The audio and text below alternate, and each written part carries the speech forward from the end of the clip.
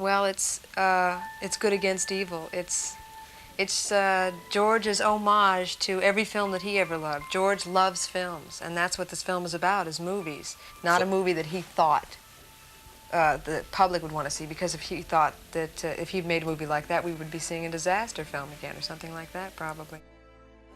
Star Wars is struggling, and with viewership numbers lower than they've ever been before, and fans concerned about the upcoming Mandalorian movie, things are looking good. But it's easy to point at a burning building and say it's on fire. I don't want to point. I want to analyze, to show you that Star Wars really is doomed, and why. October 30th, 2012 was a fateful day. Disney bought Star Wars from Lucasfilm for $4 billion. And fans, well, we were ecstatic. But in 2025, I can only describe my feelings towards Star Wars as disinterested, the fandom, and kind of a state of hopelessness, of apathy. So what exactly happened between 2012 and 2025?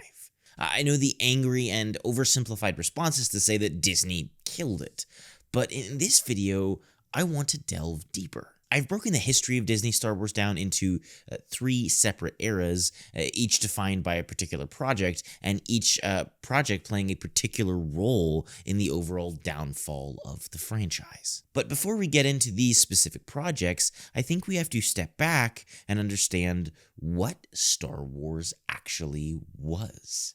It's easy to forget that George Lucas was not, and has never been, a mainstream director. He was an indie filmmaker from San Francisco and directed films like THX 1138, American Graffiti, and was even in the running to work on Apocalypse Now.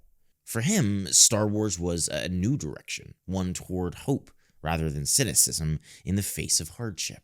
So in looking back at the original trilogy and even the prequels, which came after that, there are 2 themes which are common to all of these projects: hope and innovation.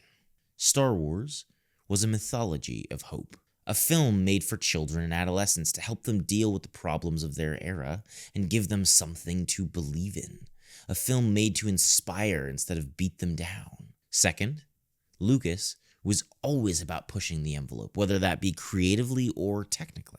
Each Star Wars film was different from the last. With each new installment, we're shown a different side of the world, new characters, more impressive battles, more wondrous planets, and groundbreaking filmmaking techniques in every single one.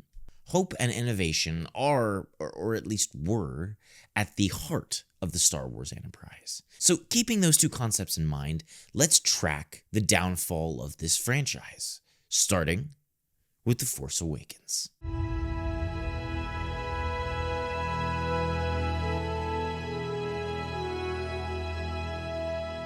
The Last Jedi is widely regarded as a failure, a film so subversive and divisive that it kind of shattered the Star Wars fandom, never to be joined together again.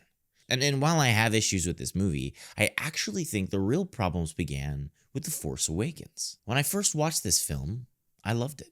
It was the first Star Wars movie I'd ever seen in the theaters, and I was overjoyed to have such a legendary experience. But the more time passed, and the more I thought about it, the more I realized the movie's inherent problems. The Force Awakens is inoffensive. If you watched it in the theaters, you know that once the adrenaline rush that comes with any theater experience faded away, the impact of the film went along with it. The plot itself is something we've seen before. It's like the creators were trying to recreate the original series without understanding that people loved it for its originality. This was the first problem, a failed opportunity at narrative innovation. The characters are fine, but as far as how they operate in the plot, it seems like Rey and Finn are more placeholders for the audience than actual fleshed out people, almost like video game protagonists. And then you have the legacy characters, Han, Luke, and Leia. Right? The reason really why we were all going to the theaters to watch this film, and the narrative through line from the original 3 movies.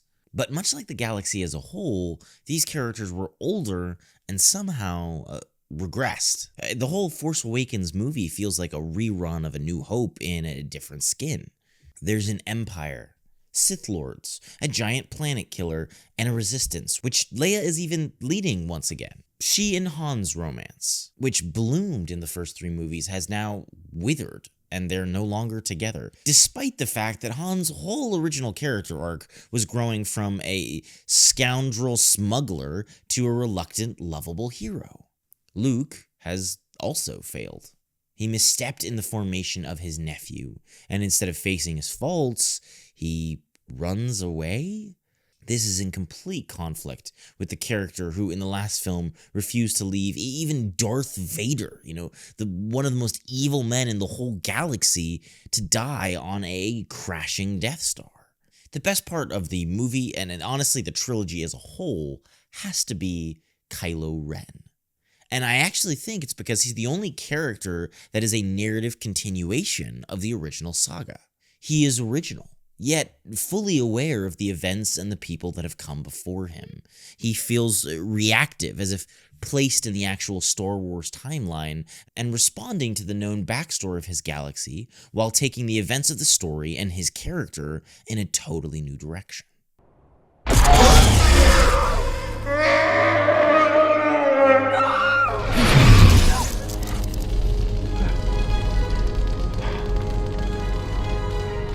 Thank you.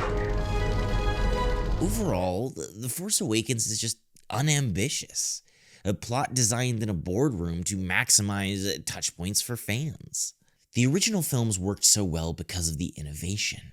And if you simply replicate a creative work that was innovative in 1977, it's not gonna be innovative. In fact, it will be the opposite. The Force Awakens is a corporate clone.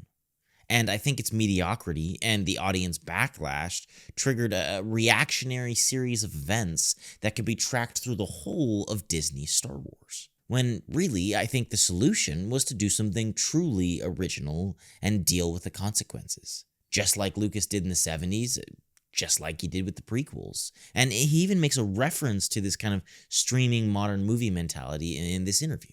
Nobody knows what to do. The stories they're telling are just old movies. Let's do a sequel. Let's do another version of this movie. There's no original thinking. They want something that is like something they've seen. Because they don't have an imagination to see something that isn't there. Well, speaking of streaming services, that brings me to the second pivotal moment in the fall of Disney Star Wars, the Book of Boba Fett.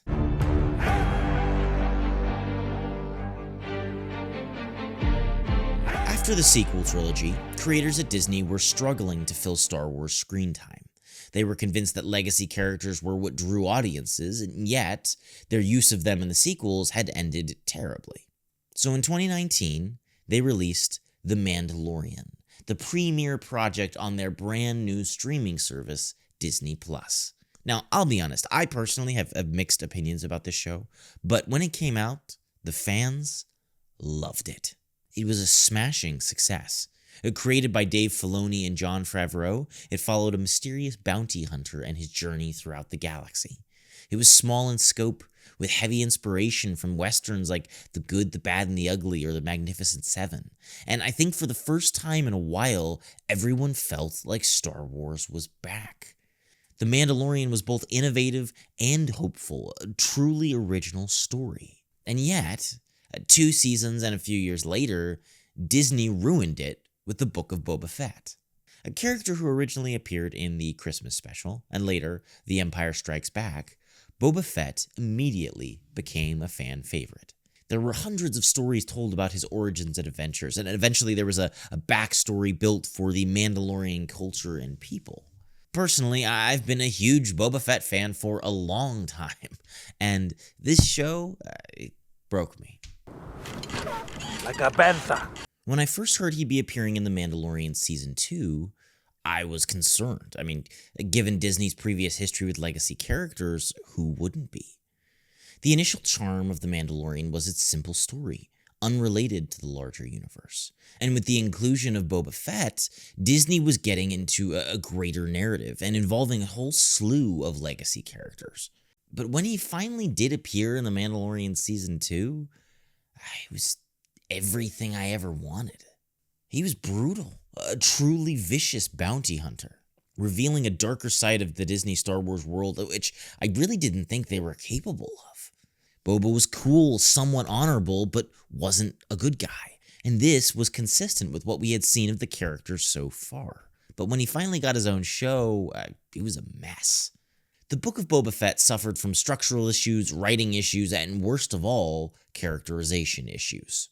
Actors can have some wonky ideas, but when you have an actor complaining that the character you wrote is not the character they used to play, you should at least check yourself. Yes, I wasn't very successful. I was hoping not to say as much as I have already in the first 2 episodes.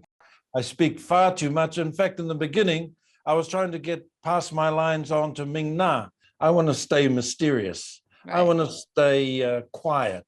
I remember, of course, John actually went away to Atlanta, so I rang Noah that night and I said, Noah, the scene tomorrow, I'm talking too much. This Boba doesn't talk this much. Look, I've got all these paragraphs here. I think we should get rid of it. And John's gone to Atlanta, so don't tell him. They turned Boba Fett into a good guy, an inoffensive anti-hero, a role already taken by the other Mandalorian character, and also not really in continuity with his role in the original series. And while there were events that could explain this change, given Boba's history and backstory, I just wasn't convinced. Nothing about this arc made sense to me. Over the course of his imprisonment, Boba befriends the Tusken Raider tribes, even helping them learn to upgrade their technology, while also learning the more traditional ways of their people. But despite his best efforts, he gets in the middle of a trade dispute with the Pike Syndicate, which results in the brutal slaughter of this Tusken Raider tribe. Boba, heartbroken, leaves the bounty hunter life seeking relative peace. Here you have a man who spent his whole life killing, who was raised by a bounty hunter, and for a large point of his career was one of the greatest bounty hunters in the whole galaxy.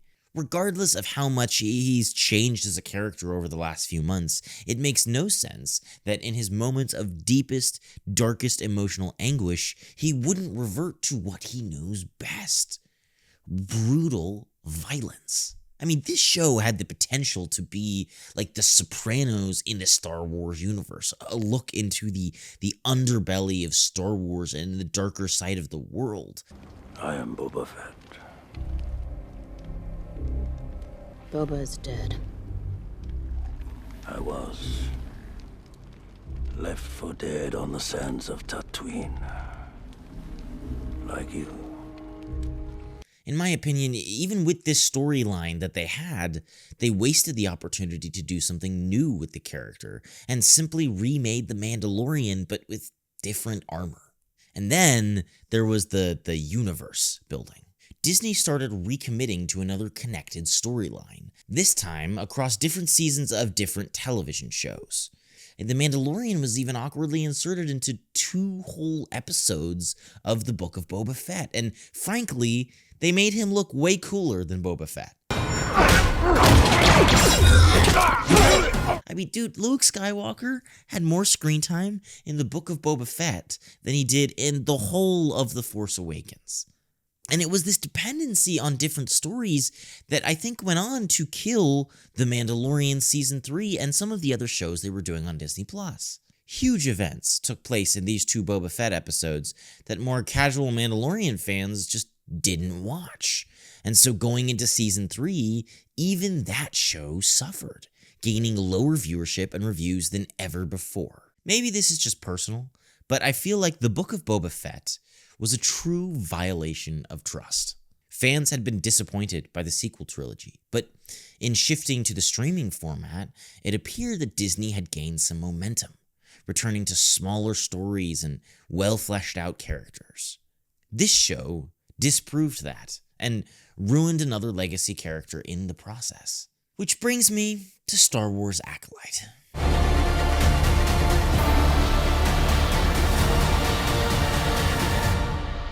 Released just last year, this show was supposed to be entirely separate from anything we had seen before. Different characters and a completely different era of Star Wars.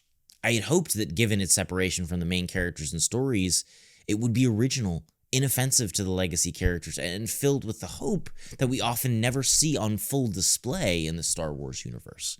After all, it takes place in the golden age of the High Republic, a time where the Jedi earned their reputation, bringing peace and harmony to the whole galaxy. Like many of the other Star Wars projects that came before, it even had kind of a genre-specific inspiration, a murder mystery, a crime thriller set in space. But the show itself was the worst crime of all. Not only did it fall prey to the mistakes of the previous projects, but just when fans were about ready to give up on Star Wars, this show kicked them out the door. While it didn't involve any of the legacy characters, the creators still managed to create a story which completely delegitimized the entire Skywalker saga. It makes Anakin, who will eventually become Darth Vader, and his role as the Chosen One lack any narrative weight.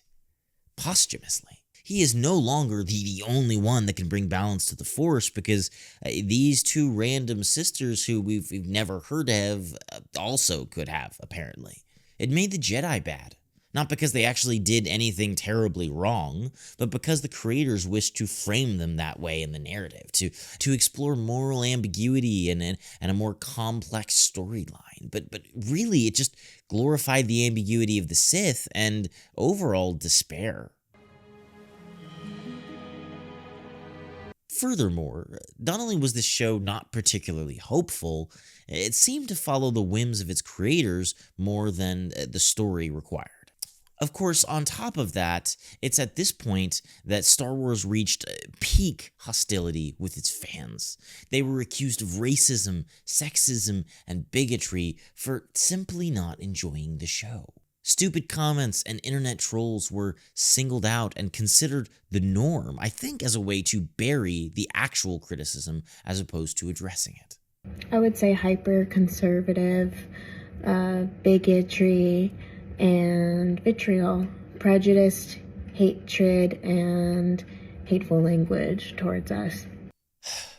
Hope and innovation. Looking at the franchise now, it seems like that's something that's sorely lacking. And if you look at some of the few successes that we've had on the Disney Star Wars, it seems to carry on this tradition. Shows like The Clone Wars, Skeleton Crew, and Andor.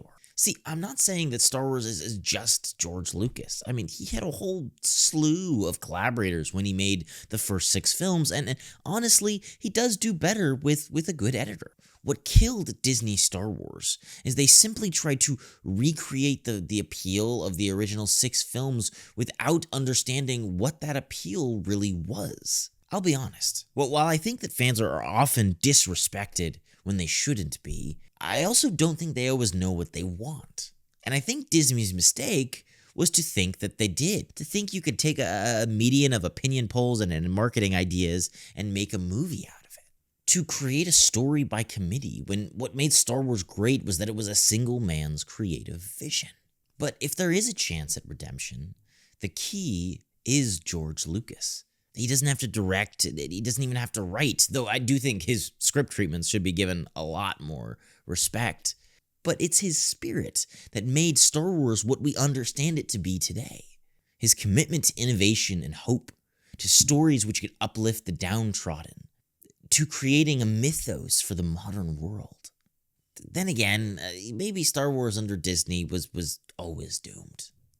Perhaps the brainchild of a indie filmmaker from San Francisco was never meant to be adopted by a multi-billion-dollar company. Perhaps the real tragedy is that Lucas ever sold it at all. But these are just my kind of thoughts and opinions on the matter. This is probably one of the bigger, if not the biggest video essay I've ever done, especially in kind of the breadth of coverage.